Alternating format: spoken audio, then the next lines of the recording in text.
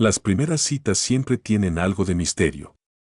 Para algunos, son momentos de ilusión, de sonrisas nerviosas y de esperanzas nuevas. Para otros, son un campo minado de inseguridades, de silencios incómodos y de expectativas que rara vez se cumplen. Para mí, aquella noche fue el inicio de una pesadilla que jamás imaginé vivir. Conocí a Sergio en una aplicación muy popular. Su perfil estaba cuidadosamente armado, fotos en playas soleadas, con paisajes de ciudades que yo soñaba visitar, acompañado de un perro de mirada tierna que se robaba toda la atención. Tenía frases motivadoras en su biografía y comentarios de amigos que lo describían como buena persona, siempre dispuesto a ayudar. Todo eso me tranquilizó. Pasamos varias semanas conversando por chat, compartiendo memes y confidencias pequeñas. Su voz, cuando finalmente decidimos hablar por teléfono, era profunda y amable. Me sentí cómoda. Él fue quien propuso vernos. Quedamos en un bar del centro de la ciudad, uno de esos lugares pequeños, con lámparas de luz tenue y mesas de madera gastada. El ambiente parecía sacado de una película antigua. Llegué unos minutos antes, con los nervios a flor de piel. Cuando lo vi por primera vez, me sorprendió su altura. Era mucho más imponente de lo que imaginaba. Su rostro no coincidía del todo con las fotos, o quizás era la intensidad de su mirada lo que cambiaba todo. Tenía unos ojos oscuros, penetrantes, que parecían estudiar cada uno de mis movimientos. Aún así, me sonrió. Una sonrisa amplia, demasiado amplia. Me ofreció la mano y yo la estreché, sintiendo un frío extraño en su piel. Nos sentamos en una mesa apartada, casi escondida del resto del bar. La conversación comenzó de forma normal, viajes, trabajo, pasatiempos. Yo hablaba y él escuchaba. Pero pronto empecé a notar algo raro. Cada vez que yo mencionaba algo personal, mi familia, mi casa, el barrio donde vivía, él se inclinaba un poco más hacia adelante, como si quisiera memorizar cada detalle. Su sonrisa no desaparecía nunca, aunque rara vez añadía algo interesante a la charla. Pedimos unas bebidas. Yo tomé un trago, y en ese instante sentí un sabor extraño, metálico, como si el líquido estuviera mezclado con algo más. Pensé que era mi imaginación. Me forcé a sonreír, pero mi corazón empezó a latir con fuerza. Cuando levanté la vista, él me observaba fijamente, sin parpadear. ¿Está bien?, preguntó con voz baja, casi susurrada. Me excusé diciendo que debía ir al baño. Allí, encerrada en aquel espacio diminuto, saqué el teléfono con manos temblorosas. Llamé a Clara, mi mejor amiga, y le pedí que viniera al bar lo antes posible. Mi voz apenas podía salir de mi garganta, pero logré explicarle que algo no estaba bien. Cuando regresé, él seguía allí, con la misma expresión. No había bebido nada de su vaso. Tenía los dedos entrelazados sobre la mesa y los ojos clavados en mí. Cada segundo se hacía eterno. ¿Todo bien?, repitió. Asentí, intentando fingir tranquilidad. Minutos después, Clara entró en el bar, mirando a todos lados hasta encontrarme. Me levanté rápidamente, como si hubiera visto la salvación. En cuanto él la vio, su sonrisa se borró. Se puso de pie, murmuró algo que no alcancé a entender, dejó unos billetes sobre la mesa y se marchó sin despedirse. Respiré aliviada.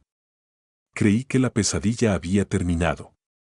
Clara me regañó, me dijo que debía ser más cuidadosa, que no confiara en desconocidos de Internet. Nos reímos un poco para calmar la tensión y finalmente regresé a casa. Pero aquella noche, mientras cerraba las cortinas de mi habitación, sentí algo que heló mi sangre. Allí, bajo la farola de la esquina, una silueta permanecía inmóvil, observando hacia mi ventana. No podía ver el rostro, pero lo supe. Era él. Sergio. El juego apenas comenzaba. Esa noche apenas pude dormir. Cerré todas las ventanas, puse el seguro en la puerta y me envolví en las mantas como si fueran un escudo contra lo que había visto. Intenté convencerme de que estaba paranoica, de que aquella silueta bajo la farola no era más que una coincidencia.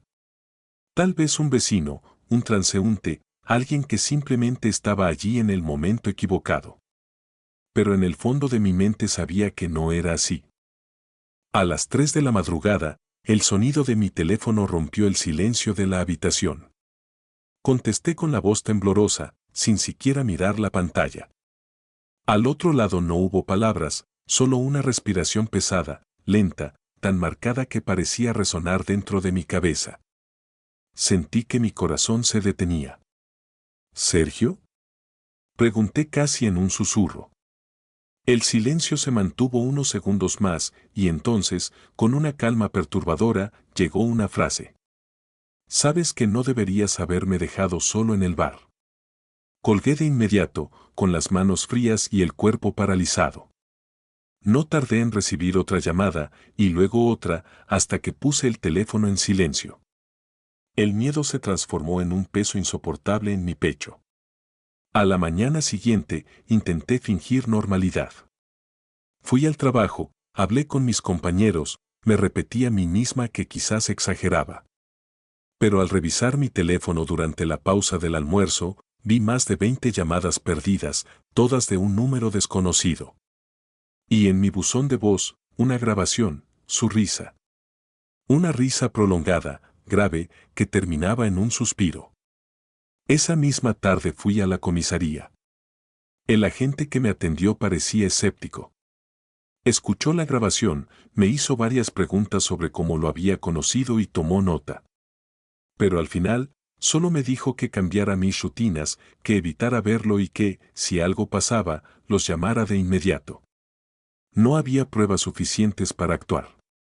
Me fui de allí con una mezcla de frustración y desesperanza. Decidí pasar la noche en casa de Clara. No quería estar sola. Ella trató de tranquilizarme con películas y vino, pero cada sombra en la sala me hacía saltar. A medianoche, cuando el sueño empezaba a vencerme, el timbre de la puerta sonó con insistencia. Clara y yo nos miramos, congeladas. Nadie debía visitarnos a esa hora. Ella se levantó, se acercó a la puerta y miró por la mirilla. De pronto retrocedió con el rostro desencajado. «Es él», susurró. El corazón me dio un vuelco. No sabía cómo había encontrado la dirección de Clara, pero allí estaba, de pie frente a la puerta, inmóvil, como si supiera que lo observábamos. El timbre dejó de sonar y, en su lugar, comenzaron golpes suaves, rítmicos, como un extraño código. Clara llamó a la policía mientras yo me escondía en la habitación. Tardaron casi media hora en llegar. Para entonces, él ya no estaba. Solo encontraron una tarjeta en el suelo, deslizada por debajo de la puerta. En ella había una dirección escrita a mano y una frase. No puedes huir de una cita a medias. Esa noche no dormimos. Y aunque la policía patrulló la zona, nunca lo atraparon. Clara insistió en que debía bloquear todos mis perfiles, cambiar de número, incluso mudarme por un tiempo.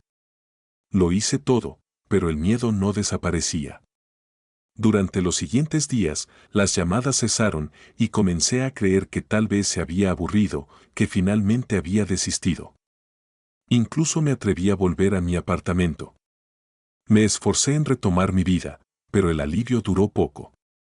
Una madrugada, desperté con un sonido extraño, un clic metálico, repetido, como si alguien intentara forzar la cerradura de mi puerta. Me levanté en silencio, con el corazón golpeando en mi pecho, y miré hacia el pasillo oscuro. La sombra bajo la puerta delataría cualquier movimiento. El clic cesó, seguido de un susurro casi inaudible. «Ábreme, ya estoy aquí». No podía gritar, no podía moverme. Me escondí detrás del sofá, temblando, con el teléfono en la mano. Marqué el número de emergencias, pero antes de que contestaran, escuché pasos alejándose. Cuando por fin tuve el valor de mirar, encontré algo clavado en la puerta, una fotografía mía. Una foto tomada desde afuera de mi ventana, mientras yo dormía. Él no solo sabía dónde vivía. Había estado dentro de mi vida mucho más de lo que podía imaginar. No sabía qué hacer con aquella fotografía. La miraba una y otra vez, incapaz de entender cómo había llegado tan cerca sin que yo lo notara. La ventana estaba en el tercer piso, y aún así, la imagen era clara, tomada desde un ángulo imposible, como si alguien hubiera flotado en la oscuridad solo para capturar ese instante de mi vulnerabilidad. Al día siguiente, llevé la foto a la comisaría. El agente que me atendió esta vez parecía más preocupado. Pero aún así me repitió lo mismo, sin pruebas concretas, no podían actuar. Sugirió que instalara cámaras de seguridad y reforzara la cerradura. Sentí una mezcla de indignación e impotencia. ¿Qué más necesitaban? ¿Que me atacara de frente? Regresé a casa con la paranoia a flor de piel. Instalé una aplicación en el móvil que convertía el dispositivo en una especie de alarma. Cualquier sonido fuerte, cualquier movimiento registrado por la cámara del portátil, activaba una notificación inmediata. Dormí con el teléfono en la mano, pero el sueño nunca llegó del todo. Una noche, alrededor de las 2, la aplicación vibró. Me levanté de un salto y miré la pantalla. El sensor de movimiento de mi laptop había detectado algo frente a la ventana. Con el corazón acelerado, abrí la grabación. Allí estaba, una silueta quieta, apenas distinguible tras el vidrio, observándome desde afuera. Reaccioné cerrando las cortinas de golpe y llamando a Clara. Ella llegó 20 minutos después y se quedó a dormir conmigo. No me dijo nada, pero vi el miedo reflejado en sus ojos. A la mañana siguiente, encontramos algo en el alféizar de la ventana. Un paquete pequeño, envuelto en papel marrón y atado con un hilo negro. Clara quiso que lo tirara sin abrirlo, pero yo necesitaba saber qué había dentro. Con manos temblorosas, rompí el papel. Adentro había un colgante con forma de corazón. Parecía antiguo, manchado y oxidado. Lo abrí, esperando una fotografía o algún mensaje. En su interior había un mechón de cabello. Cabello oscuro, atado con un lazo rojo. Sentí un nudo en el estómago. Clara gritó que lo tirara de inmediato, que ese regalo era una advertencia. Lo dejamos en una bolsa y lo llevamos a la policía, pero como siempre, solo tomaron nota. Me aconsejaron no provocar a esa persona, no contestar llamadas, no interactuar de ninguna forma. Esa noche, mientras intentaba conciliar el sueño, recibí un mensaje de texto de un número oculto. ¿Te gustó mi regalo? Falta otro. Mira debajo de la cama. El teléfono se me cayó de las manos. Clara, que seguía conmigo, lo recogió y leyó el mensaje. Nos miramos sin atrevernos a movernos. Pero finalmente, ella tomó valor y se arrodilló para mirar bajo la cama. Allí había otra caja, más pequeña. No podíamos entender cómo había llegado hasta ahí, pues no habíamos salido de casa en todo el día. El miedo se volvió insoportable. Clara quiso llamar a la policía otra vez, pero yo necesitaba saber qué contenía. Abrí la caja lentamente. Dentro había una llave. Una simple llave de metal, oxidada, envuelta en un papel. En el papel, escrito con tinta negra, un mensaje. La puerta de nuestra próxima cita. El aire de la habitación se volvió denso. ¿A qué puerta se refería? ¿Dónde estaba? ¿Por qué me hacía partícipe de ese juego macabro? El resto de la noche fue un infierno. Nos turnamos para vigilar, sin atrevernos a dormir. A las 5 de la mañana, cuando los primeros rayos del sol iluminaron la sala, escuchamos un ruido metálico proveniente del pasillo. Me acerqué con cautela y vi la puerta principal. El marco estaba arañado, como si alguien hubiera intentado entrar otra vez. Pegado a la puerta había un sobre blanco. Dentro, una nota escrita a mano. Ya tengo la dirección correcta. No necesitas esconderte en casas ajenas. Nos vemos pronto. Era como si hubiera estado siguiéndonos cada paso, observándonos sin descanso, como si supiera incluso lo que pensábamos antes de hacerlo. Clara insistió en que me fuera de la ciudad, que desapareciera un tiempo. Yo también lo deseaba, pero una parte de mí sabía que no serviría de nada. Ese hombre, quienquiera que fuera, había decidido convertirme en su obsesión. Y las obsesiones no terminan con la distancia. Lo peor fue cuando, unas horas después, recibí un nuevo mensaje en mi móvil. No tenía texto, solo un archivo adjunto. Una fotografía. Era Clara, tomada desde afuera de su propia ventana, mientras ella dormía en mi sofá la noche anterior. Clara apenas pudo procesar lo que tenía frente a los ojos. La fotografía en el teléfono mostraba su rostro sereno, los labios entreabiertos en un sueño profundo, el pelo desordenado sobre la almohada. No era una foto robada de redes sociales. Era reciente, tomada la noche anterior, en mi propio departamento. El grito que lanzó rompió el silencio. Se cubrió la boca con ambas manos, como si quisiera borrar esa imagen de su mente. Yo la abracé, pero sentí que la realidad se nos escapaba. Ya no era un juego de mensajes extraños o llamadas perdidas, aquel hombre había estado dentro de mi casa mientras nosotros dormíamos. Corrimos a revisar cada rincón. Nada. Ninguna cerradura forzada, ningún cristal roto. Y sin embargo, la fotografía existía. Alguien había cruzado la frontera invisible entre lo público y lo íntimo y ahora se paseaba por nuestra vida con absoluta impunidad. Decidimos ir directamente a la comisaría. Mostramos la imagen, las notas, la caja con la llave, incluso el colgante con el mechón de cabello. El inspector, un hombre mayor con arrugas profundas y ojos cansados, escuchó con atención. Por primera vez noté algo distinto, ya no nos miraba con condescendencia, sino con una sombra de preocupación. Esto se está poniendo serio, dijo, bajando la voz. No es un simple acosador. Parece que está jugando con ustedes, midiendo reacciones. Es lo que hacen los depredadores. Prometió enviar patrullas esporádicas por la zona y nos aconsejó instalar cámaras en todos los accesos. Pero su gesto me lo decía todo, él tampoco podía detenerlo sin pruebas más sólidas. Esa noche, Clara no quiso volver a su departamento. Dormimos juntos otra vez, pero esta vez con las luces encendidas. Cada crujido de la madera, cada sombra proyectada en la pared, era suficiente para helarnos la sangre. A las 3 de la mañana, mi teléfono vibró. Un mensaje nuevo. ¿Por qué luces encendidas? No me dejas verte bien.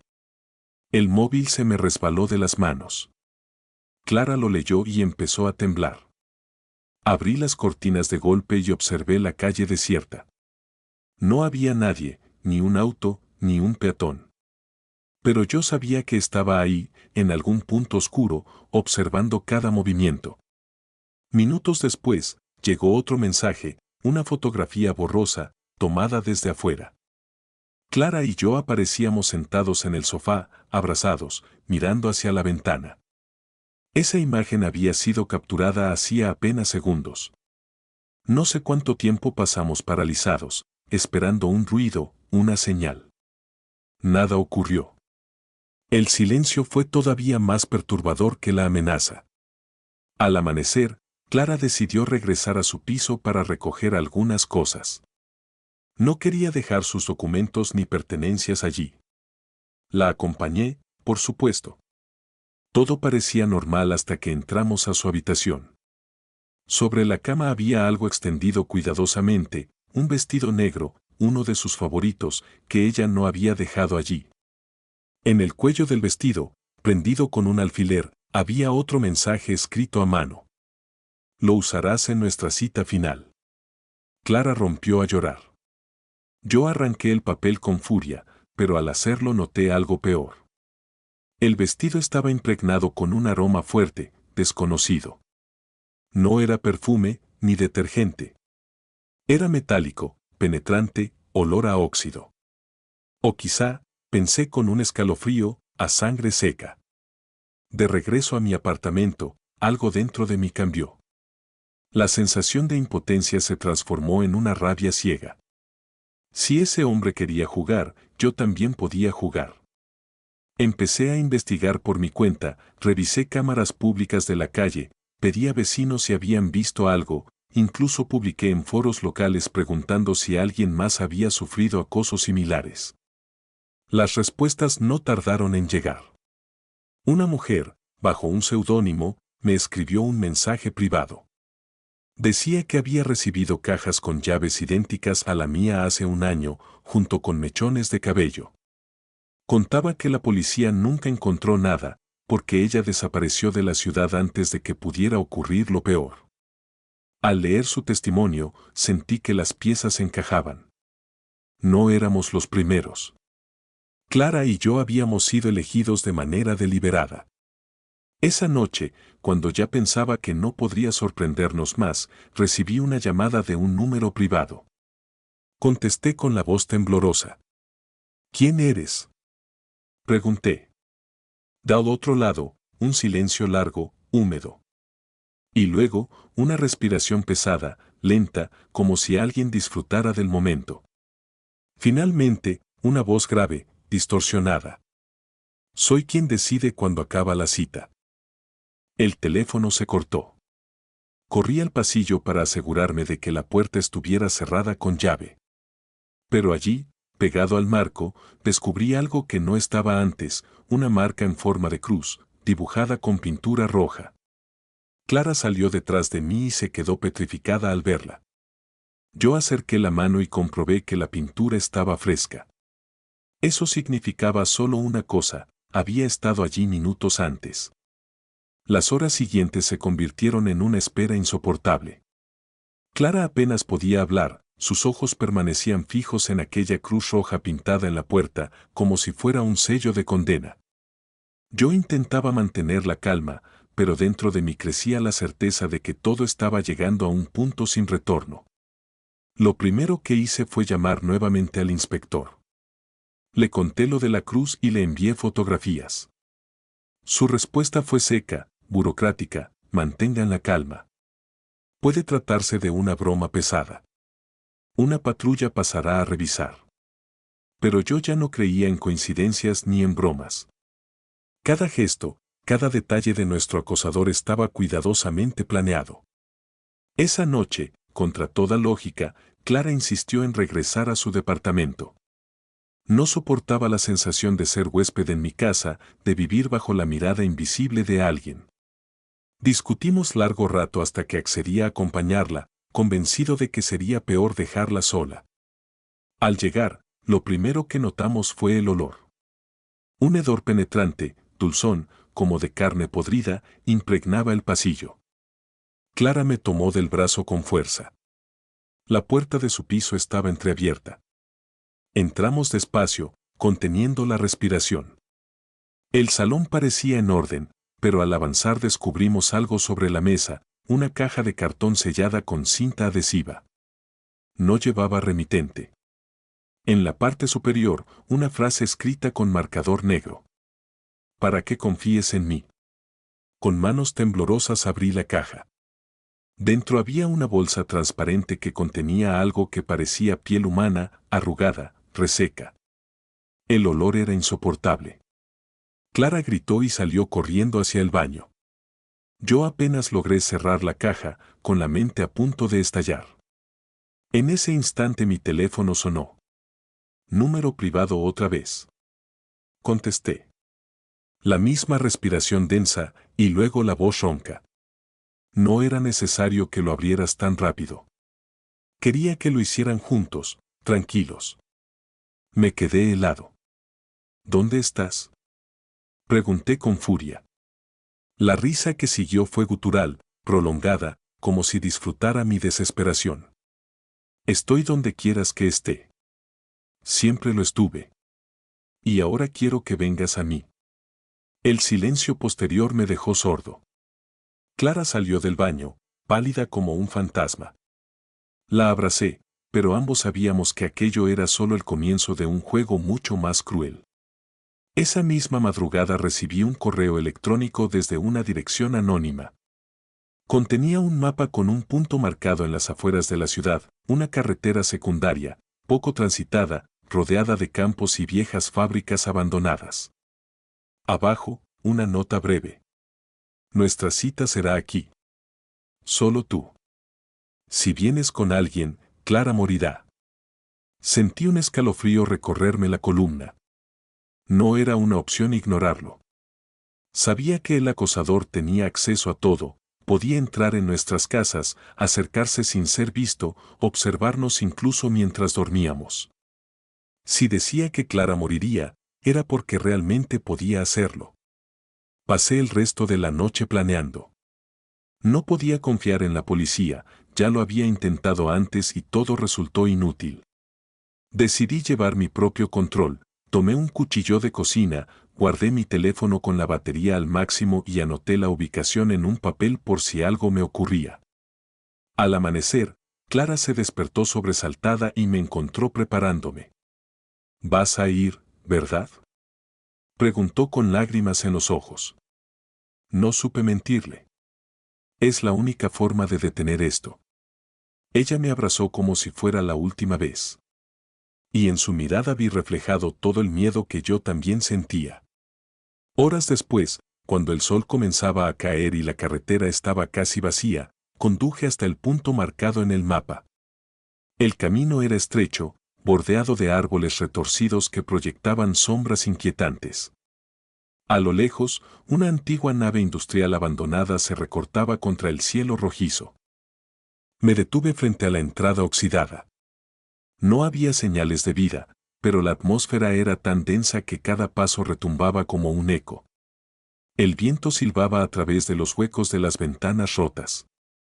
Avancé con cautela, el cuchillo escondido bajo la chaqueta.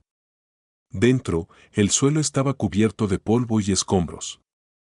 Y en medio de la nave, iluminada por la luz tenue que se filtraba, había una silla.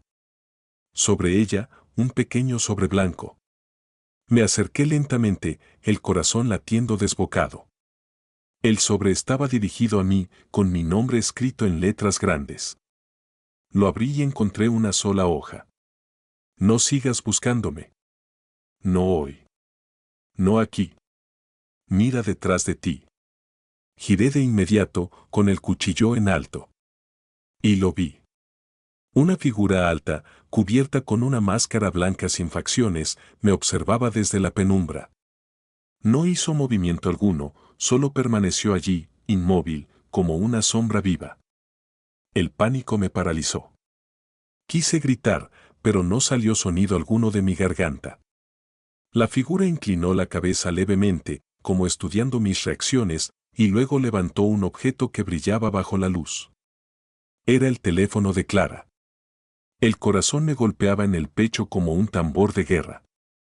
Reconocí de inmediato la funda del teléfono, era el de Clara, con aquella pequeña pegatina de un girasol que ella misma había puesto. Verlo en manos de esa figura era una confirmación brutal, él había estado en nuestro espacio más íntimo, se había llevado algo suyo y lo mostraba ahora como trofeo. La máscara blanca, lisa y sin rasgos, me devolvía un reflejo distorsionado de mí mismo. Era como si estuviera frente a un espejo deformado que escondía a un ser humano convertido en sombra. No decía nada. No se movía. Solo respiraba con fuerza, como si disfrutara del silencio que nos envolvía. ¿Qué quieres de nosotros?, logré gritar, con la voz quebrada. La figura levantó lentamente el teléfono, lo encendió y me mostró la pantalla. Era un video. Lo reprodujo allí mismo, delante de mí. En la grabación aparecía Clara, dormida en su cama. La cámara estaba tan cerca que podía escucharse su respiración tranquila. El sujeto había estado dentro de su habitación, a centímetros de ella, observándola como un depredador antes del ataque. Un escalofrío me recorrió la espalda. Sentí que todo se me escapaba de las manos. El enmascarado dio un paso adelante. Yo retrocedí de inmediato, levantando el cuchillo. Mi respiración era un jadeo frenético. Él inclinó la cabeza hacia un lado, como divertido. Luego, con movimientos precisos, arrojó el teléfono al suelo, frente a mí. El impacto resonó en la nave vacía. La pantalla quedó agrietada, pero aún encendida. En ella apareció un mensaje escrito en las notas del móvil. La próxima vez no la despertaré. Esa amenaza, escrita con tanta calma, me destrozó. Sentí que me arrancaban el aire de los pulmones. No podía permitir que Clara siguiera en peligro. Con un grito de rabia me lancé hacia él, cuchillo en mano. Pero la figura retrocedió con una agilidad sorprendente, esquivando mi ataque como si hubiera previsto cada uno de mis movimientos. Corrió hacia la oscuridad del fondo de la nave. Yo lo seguí, mis pasos resonando con violencia. El lugar se convirtió en un laberinto de sombras y eco. Entre escombros y columnas oxidadas, lo veía aparecer y desaparecer, siempre a unos metros de distancia, como jugando conmigo.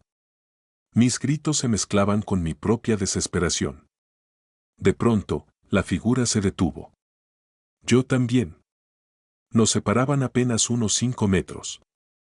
En su mano izquierda ahora sostenía un cuchillo aún más grande que el mío, brillante, afilado. Lo levantó hacia la luz y lo inclinó hacia su máscara, como si me invitara a continuar. Pero en vez de atacar, él hizo algo inesperado, soltó el cuchillo. Cayó al suelo con un ruido metálico que se extendió por toda la nave. Después, lentamente, alzó ambas manos y se llevó los dedos hacia la máscara. Yo contuve el aliento. Parecía dispuesto a quitársela. Pero justo en ese instante, un ruido seco retumbó desde el exterior, una sirena lejana, un motor de coche. La figura se detuvo, me miró por última vez a través de la máscara y dio media vuelta. Corrí tras él, pero desapareció entre los pasillos oscuros de la nave. Cuando llegué al exterior, lo único que vi fue la carretera vacía bajo el cielo oscuro. No quedaba rastro de él. El teléfono de Clara seguía en mi mano. Lo guardé con rabia, sintiendo que había perdido otra batalla en un juego perverso que no entendía del todo. Regresé a casa con el corazón en un puño. Clara me esperaba en la sala, los ojos hinchados de tanto llorar. No tuve valor de contarle cada detalle, solo le mostré su teléfono y el video. Ella se desplomó en el sofá, temblando. Esa noche no dormimos. Las cortinas cerradas, las luces encendidas, los cuchillos de cocina al alcance de la mano. Yo sabía que él volvería. Y lo peor de todo era que lo estaba esperando. El amanecer llegó como un enemigo más. Ni Clara ni yo habíamos cerrado los ojos. El cansancio pesaba en mis párpados, pero el miedo mantenía mi cuerpo despierto, en un estado constante de alerta. El recuerdo del video, ese rostro dormido, grabado por alguien que no debía estar allí, me perseguía como un fantasma. A las 8 de la mañana sonó mi teléfono. Un mensaje de un número desconocido. El texto era corto, directo, brutal. Hoy, medianoche. Donde todo comenzó. Lo entendí al instante. El enmascarado me estaba citando en la misma carretera donde había visto por primera vez su figura. La llamada final. La última cita. Clara me rogó que no fuera, que llamáramos a la policía, que escapáramos de la ciudad. Pero yo sabía que no teníamos salida. Aquel monstruo había demostrado que podía entrar a nuestra casa, grabarnos, manipular cada momento de nuestras vidas. No era cuestión de huir, había que enfrentarlo. Pasé el día preparando todo lo que pude. Revisé el teléfono que había dejado en la nave, buscando alguna pista en sus archivos. Encontré fotos. Decenas. Clara en el supermercado, Clara en el trabajo, Clara caminando por la calle, Clara durmiendo. Y entre esas imágenes también había fotos mías. Siempre vigilados. Siempre observados. Al caer la noche, el cielo se tiñó de un rojo oscuro, casi sanguinolento. Tomé una linterna, el cuchillo más grande de la cocina y un viejo bate de béisbol. Clara se negó a quedarse sola, así que la convencí de esconderse en casa de su hermana. La despedí con un abrazo que llevaba dentro un miedo insoportable, el presentimiento de que tal vez no volvería a verla. Conduje hasta la carretera maldita. La misma en la que, semanas atrás, había comenzado todo. El lugar estaba tan desierto como siempre, envuelto en una bruma que parecía surgir del mismo asfalto. Me detuve, apagué el motor y salí del coche. El silencio era tan profundo que podía escuchar mi propia respiración agitada. Entonces lo vi. En medio de la carretera, iluminado solo por la tenue luz de la luna, estaba él. La misma máscara blanca. La misma postura rígida. Pero esta vez sostenía en sus manos algo que me heló la sangre, un ramo de flores marchitas y una caja envuelta como un regalo. No dijo una palabra. Solo dejó los objetos en el suelo y me hizo una señal para que me acercara. Con pasos inseguros avancé. Cuando estuve a pocos metros, vi lo que había dentro de la caja, fotografías impresas. Todas de Clara. Algunas antiguas, tomadas de redes sociales. Otras más recientes, hechas sin que se diera cuenta. Y en una de ellas, un detalle espantoso: Clara dormía, y detrás de ella, en la sombra, se veía la silueta del enmascarado. El aire se me escapó de los pulmones. ¿Por qué?, grité, con la voz rota. ¿Qué quieres de nosotros? Él inclinó la cabeza, como siempre. Y por primera vez, habló. Su voz era grave, distorsionada, casi inhumana. Quiero lo que nunca tuve, compañía. Cada palabra se clavaba en mi mente como un cuchillo. Ella es especial, continuó. No como las demás. No como tú. Ella, me ve. Sentí un sudor frío correr por mi espalda. Todo era un juego enfermizo. Había elegido a Clara como su compañía, y yo no era más que un obstáculo. Saqué el bate y avancé con furia. Pero él no se movió. Solo abrió los brazos, como ofreciéndose. Y en ese instante entendí algo peor: todo estaba planeado. Cada paso, cada movimiento. De la niebla comenzaron a emerger más figuras. Más máscaras blancas. 4, 5, 6, todas idénticas, rodeándome en silencio. El suelo se me abrió bajo los pies. No era un hombre. Era una red. Un grupo. Una secta. Un enjambre de sombras obsesionadas con Clara. El principal dio un paso al frente, levantó una navaja y la alzó hacia la luna. Las demás figuras imitaron el gesto. La carretera se convirtió en un ritual. Yo era el invitado, la víctima, el sacrificio. Grité y me lancé contra ellos. El bate chocó contra una máscara, la partió en dos, revelando un rostro joven, de apenas 20 años. El chico cayó, pero los demás no retrocedieron. Sus manos se cerraban sobre mí, frías, implacables. Logré abrirme paso y corrí hacia el coche.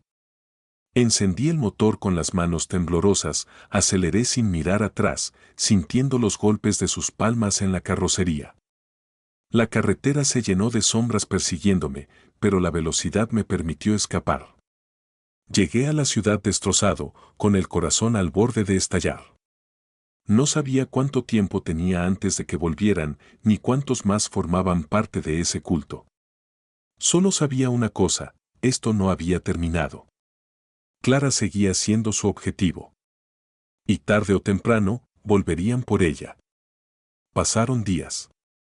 Después de aquella noche en la carretera, me refugié en casa de un amigo, temiendo cada ruido en la oscuridad, cada sombra en el pasillo. Clara apenas hablaba. Sus ojos estaban apagados, como si parte de su alma hubiera quedado atrapada en aquella caja llena de fotos. Decidimos huir. Tomamos la carretera hacia otra ciudad, con la esperanza de que la distancia nos diera paz. Pero en el fondo sabíamos que no era suficiente: un grupo tan organizado, tan obsesionado, no iba a detenerse.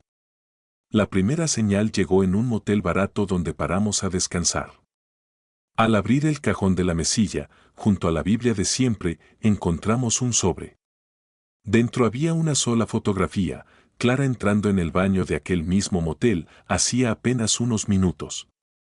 El mensaje era claro: no importa dónde vayamos, ellos ya están allí. Esa noche, Clara lloró en silencio.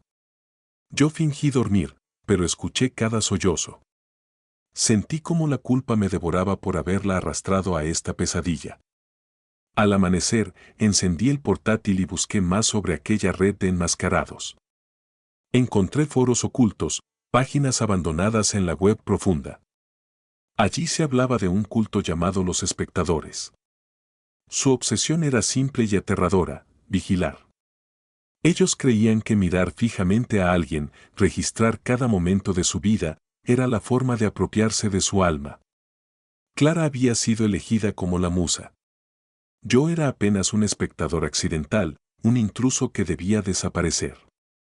Decidimos volver a la policía. Mostramos las fotos, los mensajes, los videos. Al principio nos miraron con escepticismo, pero la evidencia era demasiado concreta.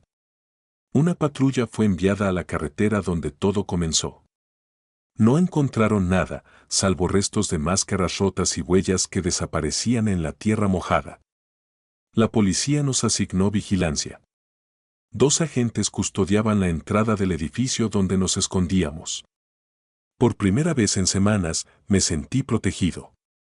Hasta que una madrugada los escuchamos gritar. Salí corriendo al pasillo y vi las puertas abiertas de par en par. En el suelo, los walkie-talkies de los agentes. Pero no había rastro de ellos. Solo una máscara blanca, colocada con delicadeza frente a nuestra puerta. Clara me tomó de la mano. Estaba temblando. Ellos no se van a detener, susurró. No hasta que me lleven con ellos. Esa frase se me clavó como un veneno. Yo había prometido protegerla, pero ¿cómo se protege a alguien de una sombra que nunca se cansa, que nunca descansa? El último golpe llegó al revisar mi teléfono. Un nuevo video, enviado desde un número bloqueado. Lo abrí con manos sudorosas. En la pantalla, Clara. Pero no era un video reciente, era Clara niña, jugando en un parque. Alguien la había estado observando desde que era una niña. No era un juego reciente. Era una obsesión de toda la vida. El aire se volvió irrespirable. Comprendí que nuestra historia no tenía desenlace feliz. No era una cita fallida, no era un acosador solitario. Era algo más grande, más oscuro. Un culto que había hecho de la vigilancia su religión. Y yo, ahora, era parte de esa historia también. Porque cuando apagué el teléfono, escuché un clic en mi ventana. Me acerqué despacio. El cristal estaba empañado desde fuera, y en él, con un dedo invisible, habían escrito una sola palabra. Sonríe. El corazón se me detuvo. Me giré hacia Clara, pero ella ya estaba dormida, agotada. No quise despertarla. Porque lo entendí al fin, no importa cuánto luchemos, no importa cuántas veces escapemos. Siempre habrá alguien detrás del cristal, alguien en la sombra, alguien esperando. La cita nunca termina.